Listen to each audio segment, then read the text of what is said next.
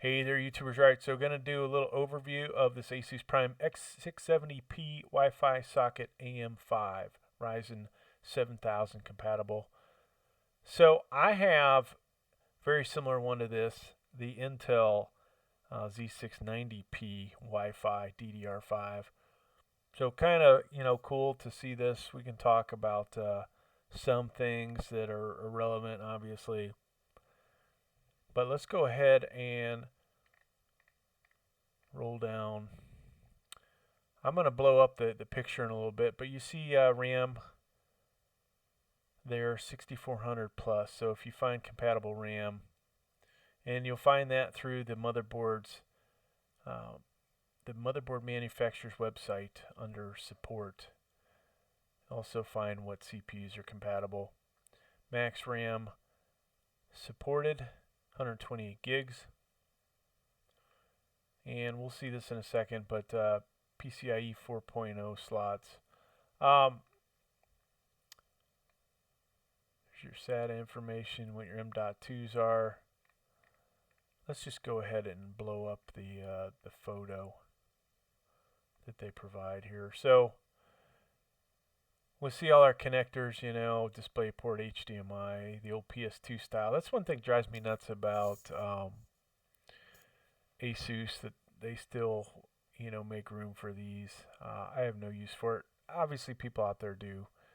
You've got, looks like 4 USB 3.2 Gen 1s, a Gen 2, potentially 3 Gen 2s. Type-C Charlie there. You've got line in, line out, or headphone, and a mic.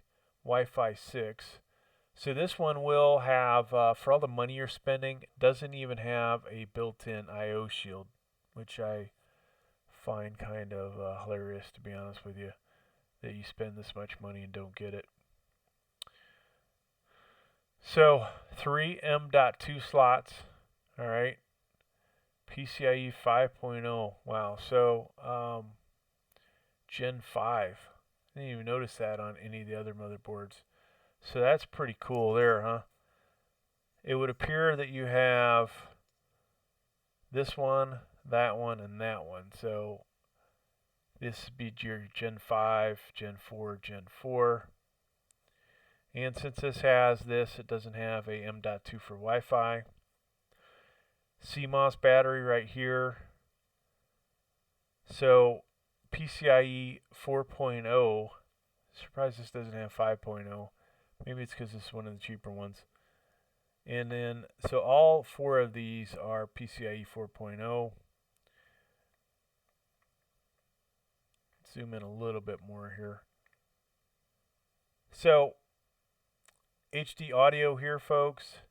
You've got RGB, ARGB, one of your case fan headers here, 2 USB 2.0 headers, a USB 3.2 Gen 1. So there's one there, and you're going to see there's a second one.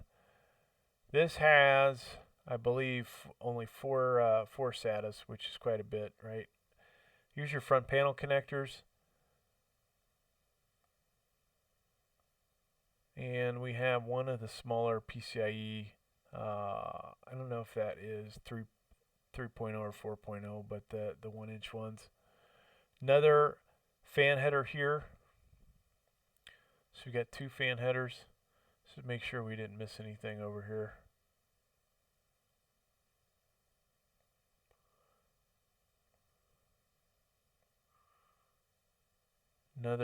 This may be another fan header. The line's kind of in the way. The other USB 3.2 Gen 1. So if your case has 4 USB 3.0, 3.2, whatever's on the front of it, this is what you want to support that. You need to have 2 of those, okay? Here is a header for Type-C Charlie. So if your case has that on the front of it, I only have one awesome case that has all this stuff on it. 24 pin. This comes from your PSU to power the motherboard. The other ARGB and RGB. Another fan header up here. Not a whole lot of fan headers, to be honest with you. Then you have, you can't really see it, the CPU and CPU optional. and this is where your CPU goes. Now, obviously, notice the design is different. This is like Intel, right? Which is nice. I don't know how many times I've had a CPU cooler froze to the AMD CPU as I've pulled it out. Not a great thing. Prying it off of there or damaging it.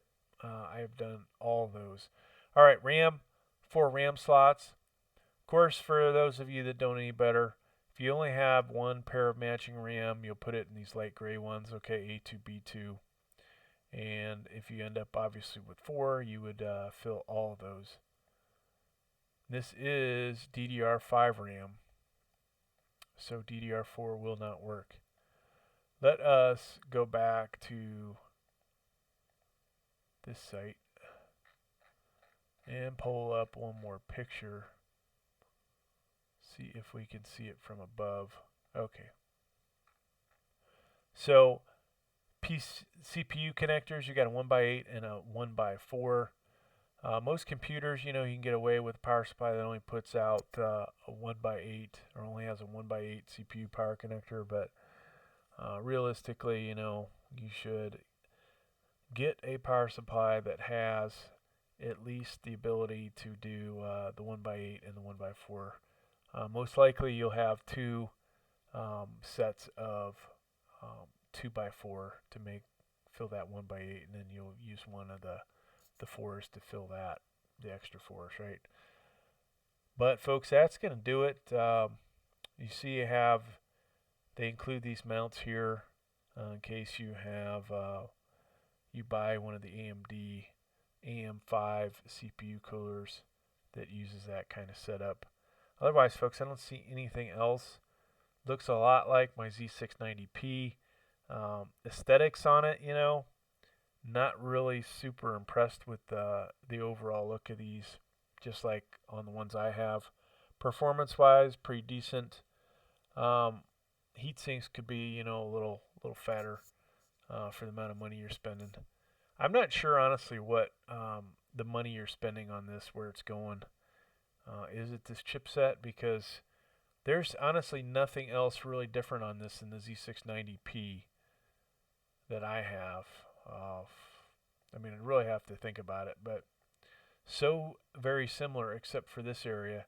And guess what? It's over $100 more, right? So that is not great. But hey, thanks for checking out the video. Please like, please subscribe. Thank you.